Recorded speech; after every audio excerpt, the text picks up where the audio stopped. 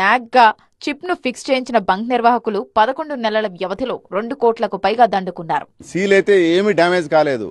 దాని లోపల ఉన్న డిస్ప్లే బోర్డు, ఈ మదర్ బోర్డు దీన్ని ట్యాంపర్ చేశారు. ఇది ఎట్లా ఆపరేట్ అవుతుందంటే దీని కనెక్టెడ్గా రిమోట్ అయినా ఉంటుందండి, బటన్ అయినా ఉంటుంది. 10 లీటర్లకు 1 లీటర్ షార్టేజ్ 100% వచ్చిందండి మా టెస్ట్లో.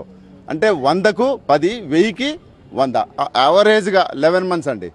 11 మంత్స్కు దీంట్లో 28,07,900 లీటర్స్ కస్టమర్స్కు వేశారు. ఇంతవరకు అక్రమంగా ఎంత సంపాదించారు ఈ మేనేజ్మెంట్ అంటే 2,77,99,800 రూపాయలండి. ఇలాంటి ట్యాంపరింగ్ అనేది లీగల్ మెట్రాలజీ వాళ్ళు కావచ్చు, మేము కావచ్చు, రాష్ట్రంలో మొట్టమొదటిసారి కనుగొనడం జరిగిందండి. ఇది లీగల్ మెట్రాలజీ వాళ్ళు కూడా సర్ప్రైజ్ అయ్యారు. సీల్ ఇంటాక్ట్ ఉంది, ఈ మదర్ బోర్డు ఎట్లా ట్యాంపర్ చేశారా అని వారికి కూడా అర్థం కాలేదు. కాబట్టి ప్రజలు అప్రమత్తంగా ఉండాలండి. లీగల్ మెట్రాలజీ వాళ్ళకు కూడా